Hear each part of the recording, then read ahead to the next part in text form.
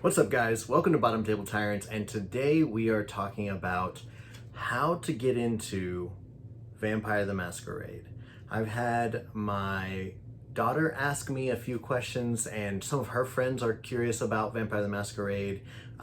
She's in high school, so I think it can be age appropriate. Now, there's some themes you might want to stay away from, but to be honest, I stay away from a lot of the themes anyways. I'm going to be doing a review of some of the adventure books that are out there for Vampire the Masquerade, and there's one adventure in there that's just like, how about we dive into trauma, is pretty much what they should call it. And I would not run that because while Vampire the Masquerade is supposed to be a trauma horror game, and horrors are supposed to be uncomfortable, I guess probably the word that I'm looking for on that.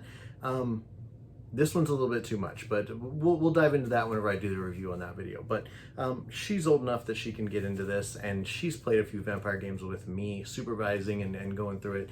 And again, I've run it just like kind of like a vampire action hero type of blade, combat sequence type thing. So she enjoys that, and she's done fine. But these are some questions that she and some of her friends had, and so I wanted to go through these because I think that all tabletop role-playing games are hard to get into and can be intimidating. So I want to try and make this process of getting into a game as easy as possible, and hopefully they can enjoy it. And once they dive into the book, usually the excitement of it and learning about a new game will help carry them into being full-fledged players and storytellers. So, what do you need for Vampire the Masquerade? You need the core book and probably a dice set, because I love those D10 dice that are marked as such. I wouldn't use a regular D10. I love the Vampire D10s that have all the markings on them, so you don't have to kind of interpolate what the different numbers mean. They just has the symbol it needs on it. So I would highly recommend a dice set and the core book to get started. So here's the first question we got. Where do I even start in the lore? So this is a good question because holy cow. The lore, I guess the best way to explain it is the V5 lore has almost been a hard reset. And the reason behind that is because all of the old characters, quote unquote, characters that were NPCs and, scary mega vampires that were out there, supposedly all went to the Gehenna War and are fighting or have walked into the sands of the Middle East and disappeared. We're not sure where they went. Are they dead? Are they alive? No one knows. But this created a major power vacuum, which has made room for new vampires to kind of find their footing and get positions of power and stuff like that. Because if you think about it, when no one dies and no one ages, you get that job for life, and it turns out your life is never ending. Man, there's not a whole lot of upward mobility when everybody above you is never going to die or retire or anything like that. So it kind of forced that type of movement. But there is some lore that you should know.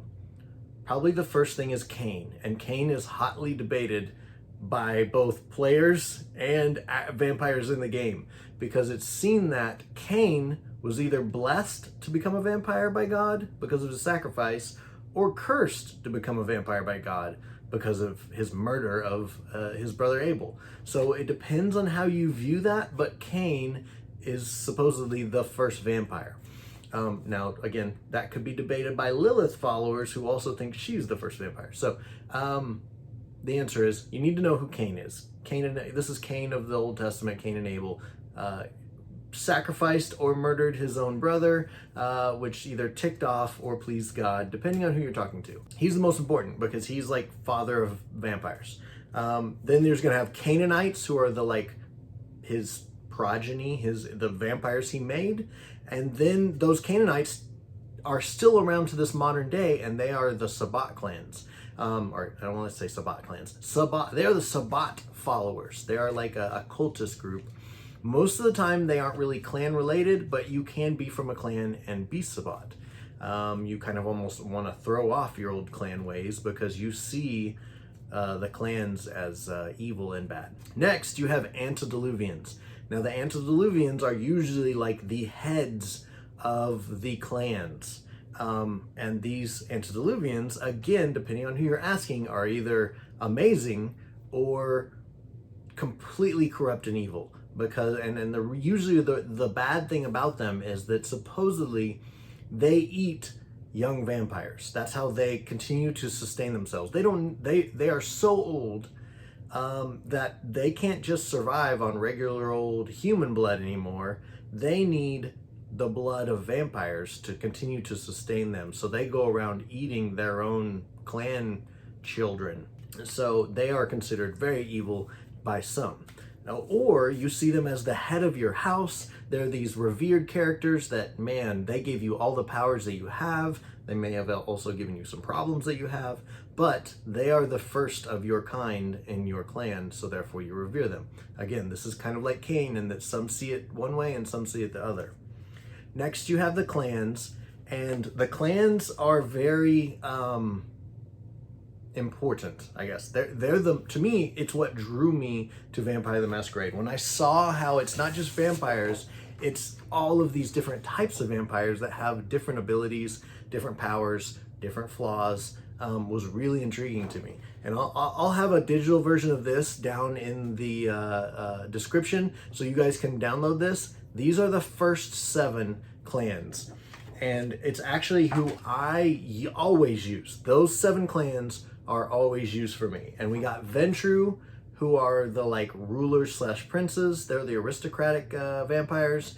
You have the Bruja, which are the rebellious ones, and also, they're also like philosopher princes. They're kind of like learned in a way, which is odd to me that they're this like punk rock, but also like nerdy librarian.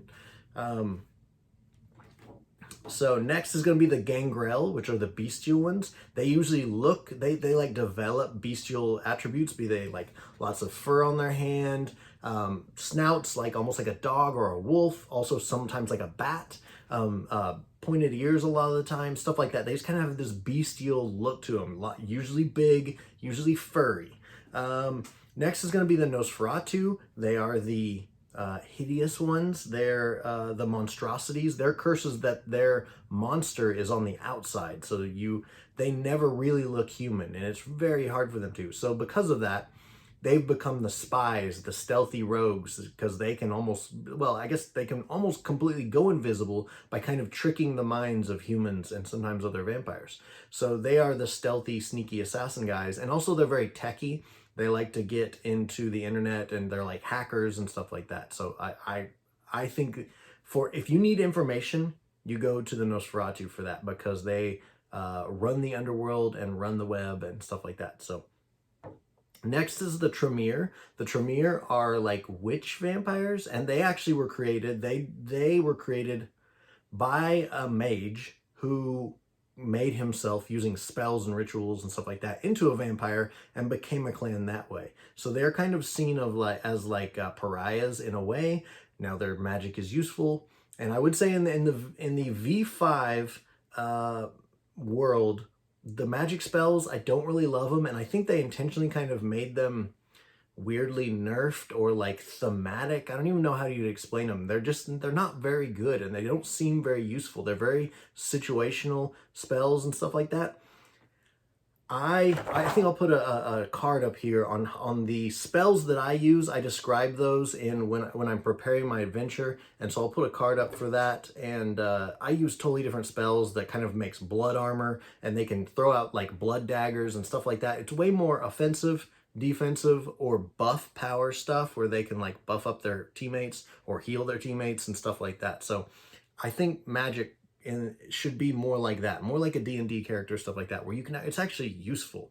Most of the magic spells are very weirdly thematic, and they just don't seem very useful in most situations. So I don't love that for the Tremere. They can also do rituals and stuff like that, which means they can make wards, maybe like protect your feeding area, stuff like that, by putting up ritualistic wards and stuff like that. That's cool. I like that aspect, and that you need to like kind of collect your materials and stuff like that and do it. So the rituals, I think, is very useful. Keep those. Have fun with them, play with it, especially if you have a witchy person that wants to play for you, that they would probably dive right into this. That's what my wife is a Tremere always. She is a witch vampire because she's a witch human, turns out. So, Malkavian, they are the insane vampires. And because of their insanity, it's both a curse and a blessing because they're oracles. They can see into the future. They can, try and look forward into time. So that means that they are kind of, I feel like they are very quick and agile because they can see what's coming around the corner. They know when someone's about to shoot at them, so they can dodge out of the way, not realizing that they're so crazy that they don't realize they're dodging a bullet, but they have a vision and they jump to the side and the bullet goes whizzing by. So it aids them, but it also is their curse. And you get a group of them together and it kind of starts to spiral, and that's how you get a big vision. So if you need to really look into the future far, you gather some of them together, but not for too long because they'll go bonkers.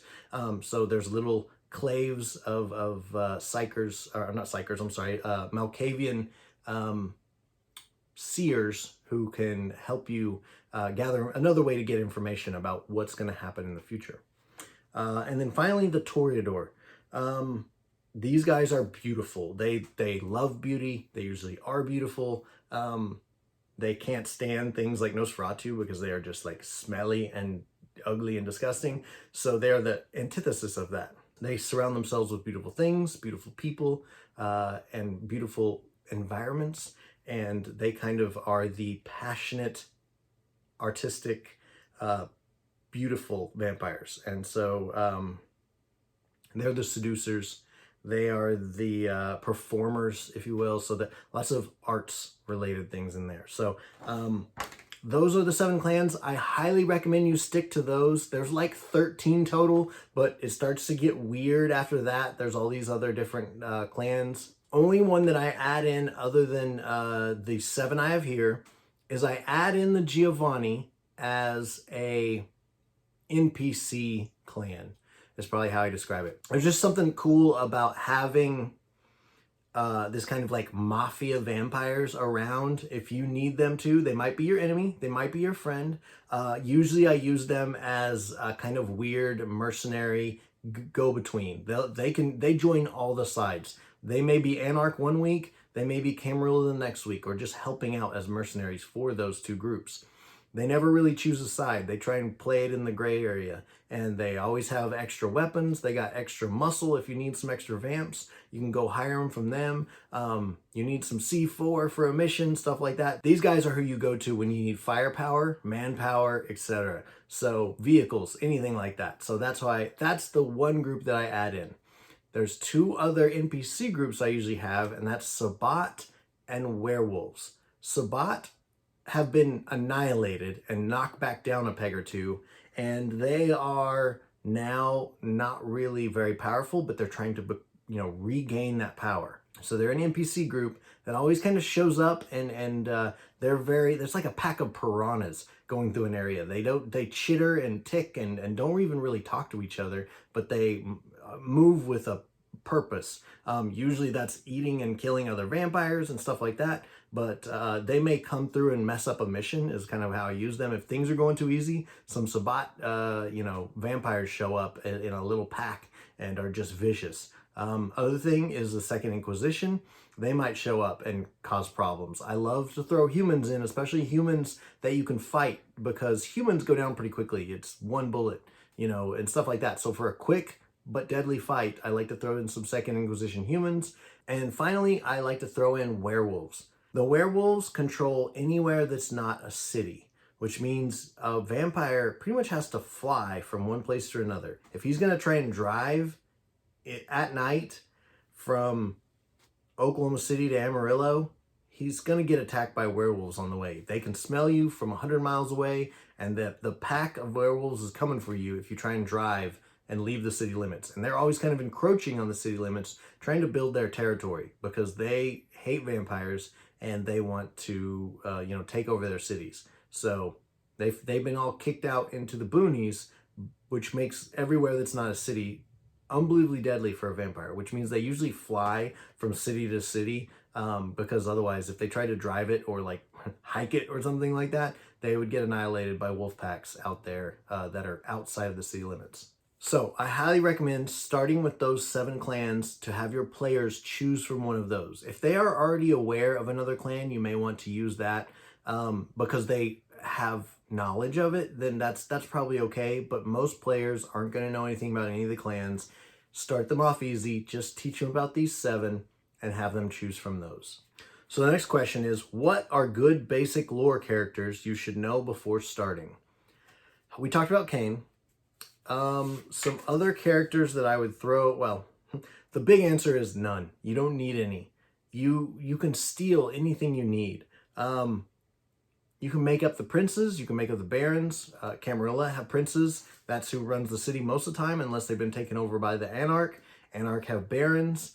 And so you can just make up, like, you know, call them freaking Camarilla prince is Layla, and the Anarch prince is Michael. You know, it's like you can make up whoever you want and pull from characters that you know from movies and stuff like that. I promise, because you're making them vampires, most players won't realize that you're taking from a different, you know, from an anime or a movie or a story you've read, stuff like that. Like, pull from characters you think would make awesome vampire, you know, leadership. I will throw on there are, if you really want to dig into it, there are NPC vampires, and the book has, the core book especially, has plenty of vampires in it, but like Jester and Modius, these are Jester's an Anarch, Modius is a Camarilla. They're long-time historical you know, enemies, but now they're gone. They've disappeared into the sands of you know, the Middle East. So I guess the answer is, if you want to have them come back and show up,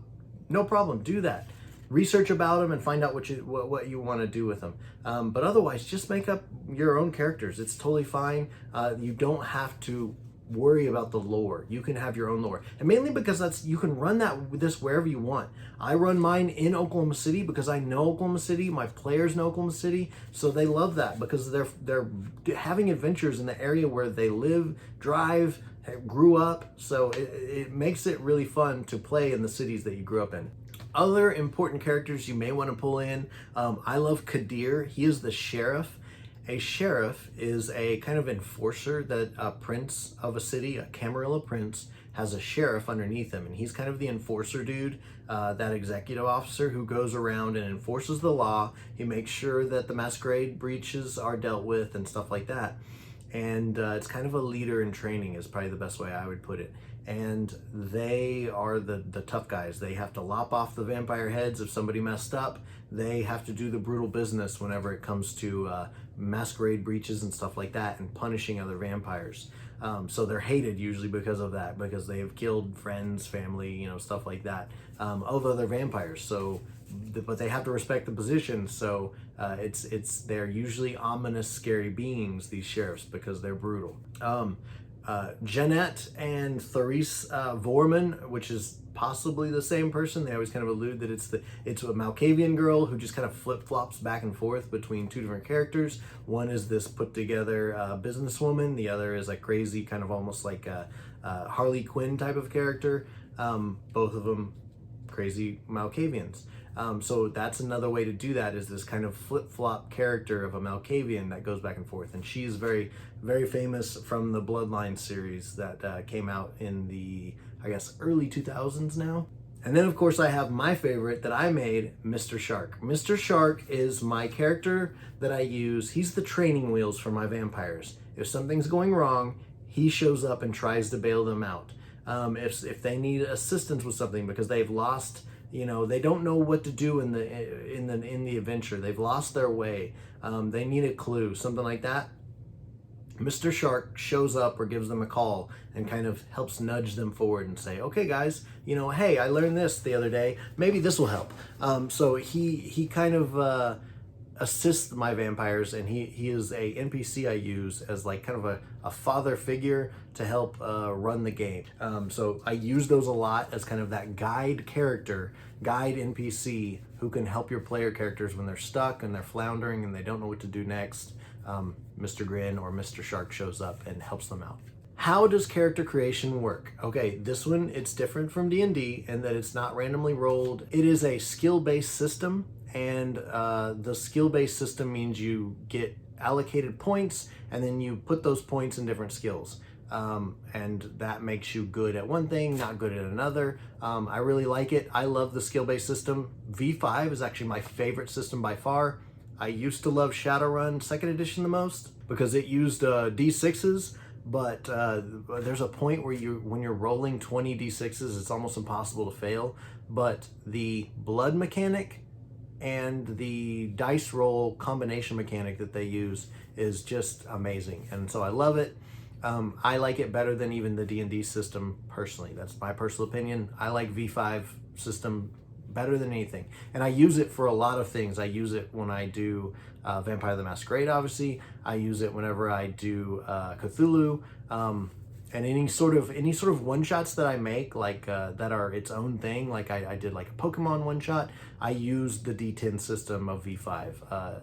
It's just so versatile. You can buy attributes, skills, advantages, flaws, a thing called lore sheets, which I wouldn't really dive into early on. You might want to stay away from that until later, the lore sheets, but otherwise you can do all of those by buying them with your points. And that is all in the core book. Pages 136 and 137 has a nice big spread, just walks you through step by step. Here's what you do. Do this, buy these, pick this, create a haven, pick some touchstones, you're good, go play.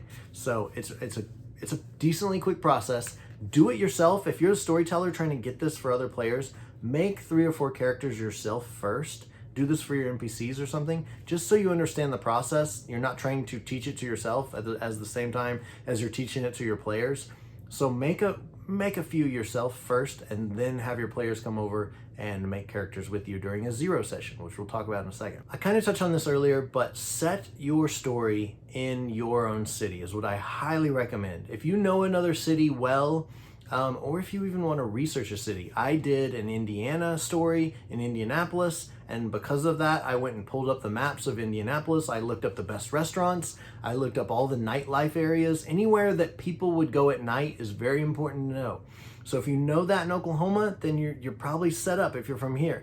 If you know that in Indianapolis, then you're going to be good. But otherwise, use some Google. You can learn these things really easy nowadays with the internet, and figure out what the nightlife places are, what the best restaurants are, because these are where vampires are going to want to hang out, feed, be a part of, and it's a great way to start knowing how to run your campaign. And if anything, think of what vampires would stay there. Is this a seedy bar that might have some anarch characters in it, some bruja guys like that? Is this a weird sewer area, or maybe a river walk or something like that where the Nosferatu would really thrive?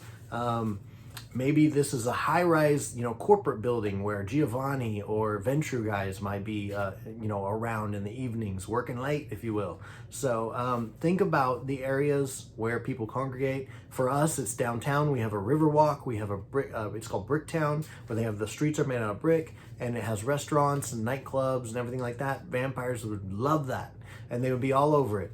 And I'm actually going to start showing in the video here. My daughter and I went out and we got some video of the city at night. We just went out on a regular, I think it was like a Sunday night, and got some footage, and just showing you some of the areas you might find a vampire loitering, waiting to feed. Okay, next is the 0 session. This is probably the most important because this is when you make the characters. Do not, I've made this mistake so many times because I try and force it. Do not try to play the game during the 0 session or at the end of the 0 session.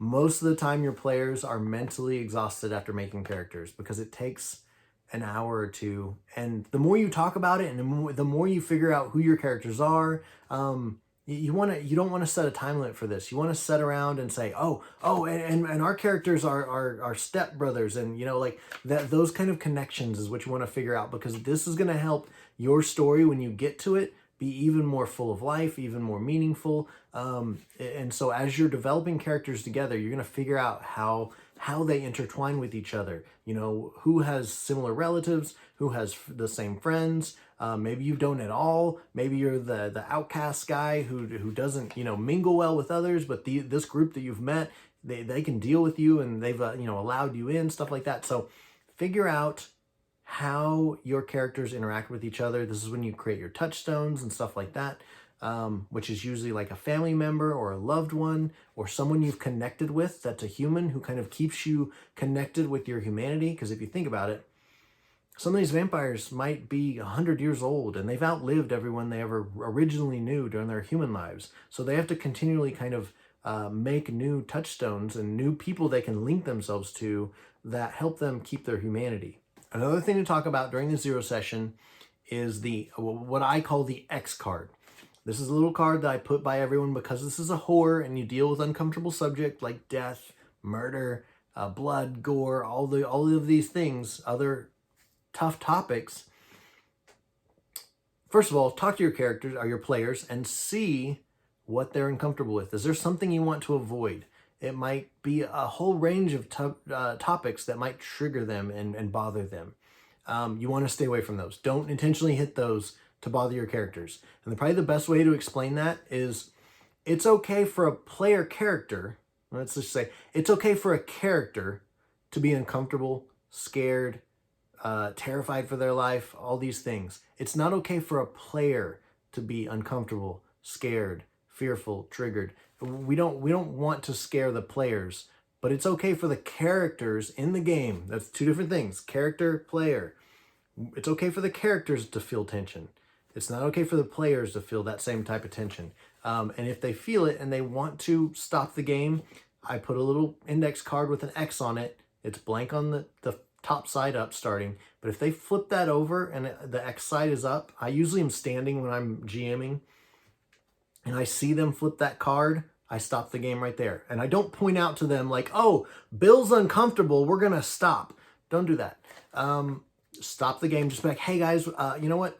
Let's take a break right here. I need to take a few minutes and stuff, catch my voice up. I always lose my voice during sessions, especially if we go 6, 7, 8 hours. And so I just say, hey, I'm just going to get a drink, stuff like that. And then if need be, once everybody kind of has got up, is going to the bathroom, going to grab chips, stuff like that, call the person aside and say, hey, what's going on? Was that bothering you? Okay, we're gonna move through that. We're gonna skip that part, move on to something else. Sorry, we didn't want you to be uncomfortable. Move on through the game, no problem. When you get back to the table, say, hey, we're gonna jump through this. The torture is done and now we're back on the street, and go like that. So if someone's uncomfortable with something, I use it just so it's not as visible. You don't want them to hold that thing up, be like, X card. Maybe they do. Maybe they're that uncomfortable that they hold it up that way. But I like to make it kind of, a silent gesture that they can just flip that thing over. I'll see it and I'll stop the game. Just so I don't have to call them out on it. People don't want others to know that they want to stop the game because it's uncomfortable. And because of that, they might sit through something that they do not want to sit through. And that's the last thing I want. So I try to make it inconspicuous so that they can do that if they get uncomfortable, and that's how I handle it. Enough on that. Now you're building your story. You can use just the interactions, the political intrigue and combat, the fights between all these different groups, Camarilla, Anarch, Sabbat, Werewolves, Giovanni, Second Inquisition. All of these guys are going to be battling each other, and your vampires need to pick sides and try and deal with it. Now, if they try and play the middle of the road, that usually doesn't go well. They need to either, most of the time, go with Anarchs or go with Camarilla. That's probably the best bet. Now, they may want to try and dance that line, and that's fun too. I get that. But it could be deadly, is what I would make that very hard to do. I would make them be forced eventually to I would say those princes and barons would probably push to make them choose a side. Otherwise, they're going to come after them type situation because they're tired of these guys playing both sides. Giovanni is probably the only faction that's really allowed to do that, and that's mainly because they're super rich and they have all the guns and, all the cool toys that those vampires need to fight each other with. So they get a pass. But your guys should just be new vampires, and they don't have that type of pull like the Giovanni family do. So you want to set up the main quest to have consequences. I always kind of use the float stone from Final Fantasy. So let's say a village has a float stone. You don't want to make it the end of the world. It's not. Every mission shouldn't be to like save the world from danger. That gets repetitive and kind of old trope pretty quickly. But let's just say this village has a float stone that it uses to run its mill and make flour, and it's how this village makes their money. But unfortunately, some bandits stole the float stone, and they're going to sell it to this evil warlord. And that evil warlord, so if you just stop there, it's like, okay, well, so they don't have a float stone. We'll get to it eventually, guys. We got a side quest we got to do. So you want to give it a timeline. Or I guess a deadline is what I'm trying to say there. You want to give it a deadline so that they feel they have to get on, let's go, because something bad's going to happen. And what I'd say is the warlord who got the float stone is going to use it to raise the river and wipe their town off the map. If the player characters don't get on with it and go get this float stone back from the evil warlord, guess what? That's what's going to happen. And I guess I'm trying to think of a vampire version of that. Some vampire artifact falls into the wrong hands. The Second Inquisition is going to use it to eradicate all the vampires of, you could say their clan in the city. So that way it's not everyone. It's not the whole city is getting destroyed. Maybe just do Camarilla or just all the Anarchs. They're doing some sort of ritual with this special artifact. It's going to do something bad for your organization. And so you have to stop it. And there's a time to do this. You can't just wait, because eventually in 2 days, they're going to get this ritual completed. And so you got to get on with it. You can't just plink and plunk around, go on side quests, go talk to, Johnny Bob over here. You got to go and get this completed. So give your characters deadlines for the main quest. Side quests are always optional. Don't make them feel like they have to do it. If anything, they shouldn't really know that a side quest is a side quest. It's just, if you want to go, if you want to go over here, you can do it. You can go over here and do this also. I talked about this earlier. Don't be afraid to use tropes from movies. Watch a bunch of vampire movies. See how they handle it. Vampire Armand from Interview with the Vampire. Any of these characters, plot lines, things like that, especially if you take something from a sci-fi movie and make it a vampire thing in modern day, or even take a medieval story and make it modern day. When you flip-flop the timeline like that, most players will never even realize that it's the exact same story. You're using the story from Aliens, but you've just turned it into a medieval, Dungeons & Dragons quest, something like that. A lot of times player characters, or I guess players, won't realize that you're feeding them the plotline to a famous movie, especially if you change it and give it a little twist where you've made it, you've changed the timeline from space, sci-fi to medieval Dungeons & Dragons. But if they do catch on, I promise you that's not a bad thing. All of my players, they love it when they realize that I'm using a character from a movie, from a book, something like that. When they're like, oh, that's exactly like, Out of Neverending Story. And I go, yeah, exactly. That's where I was pulling it from. Me and Jesse, one of the other GMs, constantly use stuff like that. And we love it when players recognize the characters that we're trying to do, we're trying to emulate, we're trying to voice. It's cool when people, see that. And I've never had a player ever be like, oh, what a hack, that Leland guy, he's stealing from all kinds of stuff. No, that's what they want to do. And if anything, once they realize that this is the storyline, if they do catch on, they lean into it because maybe they've seen that movie and they love it, and they're going to lean into it and play their part because they know this story by heart. And it's a new version. If anything, now they can go do something different during that movie because you can do whatever you want. So I've never had a bad experience in that. And I've stolen all kinds of movie plots, stuff like that, and thrown them into my games. And I've never had a problem with a character, or I guess a problem with a player calling me out on it as it being a bad thing. If anything, once they realize it, they really love it. So don't be afraid to do that. You don't feel like you have to make a unique adventure that has never been seen before or anything like that. Take from those tropes, take from those storylines that are already in place, and just make them your own by little tweaks and changes. All right, now this is probably my biggest piece of advice here. It's your job as the storyteller or GM, whatever you want to call it, to set up problems for your players to solve. Secrets, traps, combat situations, mysteries. It's your job to hand those to them. Here's what the mystery is. It is not your job to solve those for them, or decide how they should be solved. I've made hundreds and hundreds of mystery games and clues, murder mysteries, problems for my characters. I've done this for 20 years now. I have never had them solve it the way I think they would solve it. They always go a different direction. Now, sometimes they do it a little bit the way I think, but they never go the way I think they would. In Vampire, I made this train that was running across a giant bridge to get to a building right across on the other side of the bridge was this giant building that they were going to take the vampires up into and take them to the top and burn them in the sunlight. I intentionally said, guess what? You get all this C4 explosive. There's the bridge with the train on it. Here's your C4. Go. Do you know how many times they blew up the bridge? I ran that scenario 5 times with 5 different groups. Only one of those groups blew up the bridge. Only one. And even then, they still didn't handle it the same way I thought they would. They went and got the vampires out, and they actually took the fight to the Second Inquisition guys who were like on the train and at the building. They unleashed the vampires, and instead of running away, and because the sun was coming up, they went full combat mode onto the Second Inquisition guys there. So even when they kind of did the thing I wanted them to or thought they should do, they still totally took it a different direction than what I was expecting. So it's your job to make the problems. It's not your job to solve them. If you can learn that early on, you will be a way more satisfied game master, and you'll have, I promise, a lot more satisfied player characters, because they don't feel like you're forcing them to do something the way you think it should be done, because you can mess up the game that way. So that's my biggest piece of advice. Last few little bits.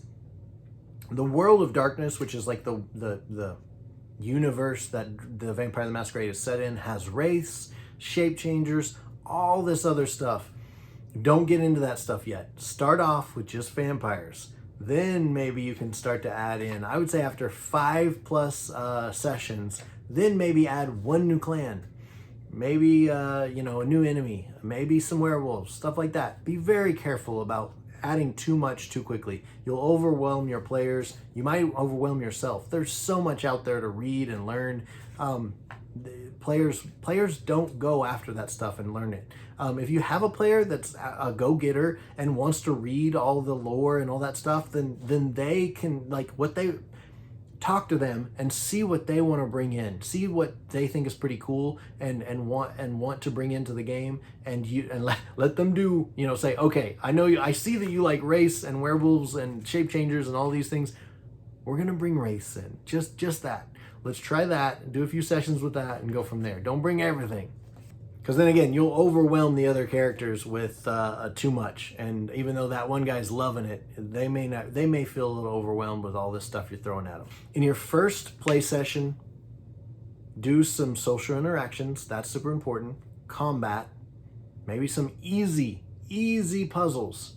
Don't overdo it. If you make a puzzle and you think, oh, this is so simple, your player characters are going to get confused by it. I can almost guarantee you. Make it super simple. I literally use puzzle pieces, and they find, and it's a puzzle with 4 pieces, only 4, and I've confused player characters because they couldn't find that 4th puzzle piece, stuff like that, and they were like, oh, I can't figure out how it goes.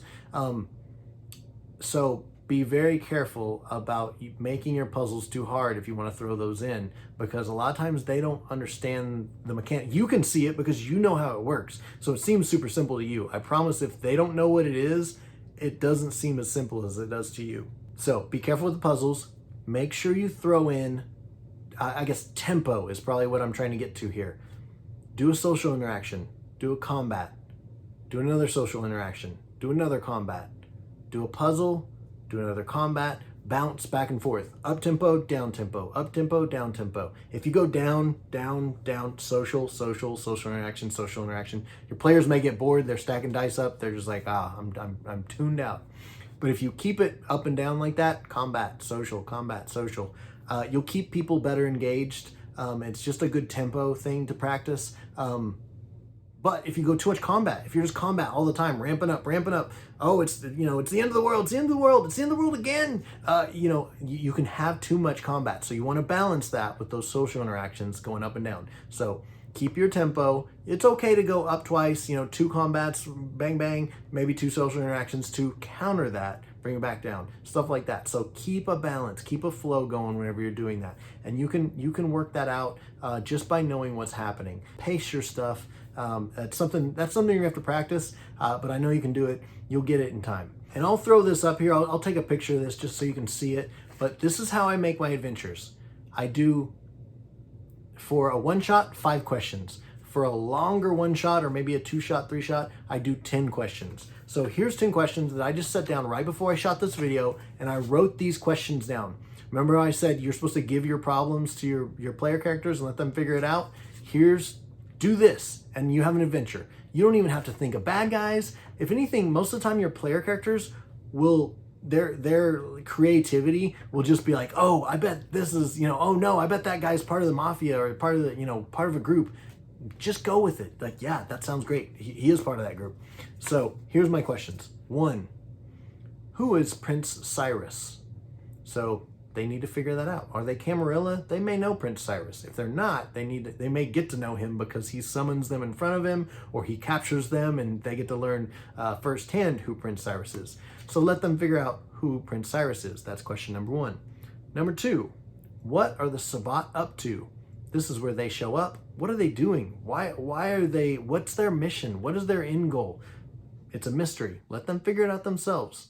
And as play goes, you'll figure it out. And listen to your player characters. Listen to what they are theorizing. Most of the time, they have way better ideas than you do. Hear what they say, and if it sounds good, go with that. Number 3, who is behind the blood bank closures? So this is just a weird happenstance. Is it, the humans? Are they realizing, the Second Inquisition guys are realizing that their vampires are getting blood from these things, so they're going to close them down and take away the blood source from these vampires? Maybe it's Camarilla who are mad that anarchs are feeding from these blood bank resources, so they shut them down or move them to another part of the city, something like that. Again, listen to what your player characters are theorizing about it, and if it sounds good, go with that. Number 4, why did the First Light abduct Myra? Who's Myra? I don't know. I just wrote a name down. I literally just put a blank and was like, what's a good name? Myra. Did the same with Cyrus. I just came up with the name. I don't know who Myra is. Let your player characters know. They may surprise you and say, oh, Myra is my sister and she's my touchstone. Go something like that.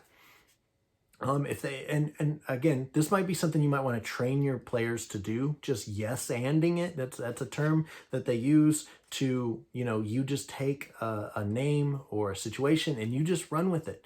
You continue to build on that story. So let your player characters do that. If not, you help them out and say, okay, Myra is the touchstone of Prince Cyrus, and she is very important to him, and you are now needed to protect her, even though you're an anarch or something like that. There's a weird twist in the story of he can't get any of his, he can't be seen to be protecting this human, so he has to use his enemies, the anarchs, to protect her, something like that. So again, I'm just coming off the top of my head with this stuff. So you guys can do this too. I promise. I am not a genius here in doing this stuff. I'm just writing out questions, listening to my player characters, and then going with, just spur of the moment stuff. This doesn't have to be super in-depth stuff. This question is all that's needed. Final question. This is number 5. Again, we've planned out a whole session right here with just these questions. What does the Malkavians' vision mean? Okay, describe to them the vision. Maybe they see 100 fish flying in the air. What the heck does that mean? To be honest, make it weird, like, dreamy, ambiguous like that, and then listen to your player characters. Just sit back and listen to what they're saying. What do they think that means? What does 100 fish flying through the air mean? And let them theorize about what that possibly could be. And they'll just, conspiracy theory, like, oh, what if it means that, and just listen to what they're saying. If not, figure out some bad thing that's going to happen for them. Usually trapped in sunlight, big fire is going to break out, an explosion, all kinds of stuff. Second Inquisition attack, all kinds of stuff that it could be. But throw that out to your characters. see what they think, and give them time to talk about it. Let them, if they're sitting at the table and they're not really doing any, I guess, if they're actively engaged and talking about what this can mean, you don't have to shove them into the next scene. Let them talk it out. Now, if they're just sitting there talking about what happened last Saturday night in real life, now you go, okay, guys, hey, let's cut the chatter and move on with the story, something like that. But if they're actively talking about these mysteries that you've thrown to them, let them talk it out and just listen. So those are my questions.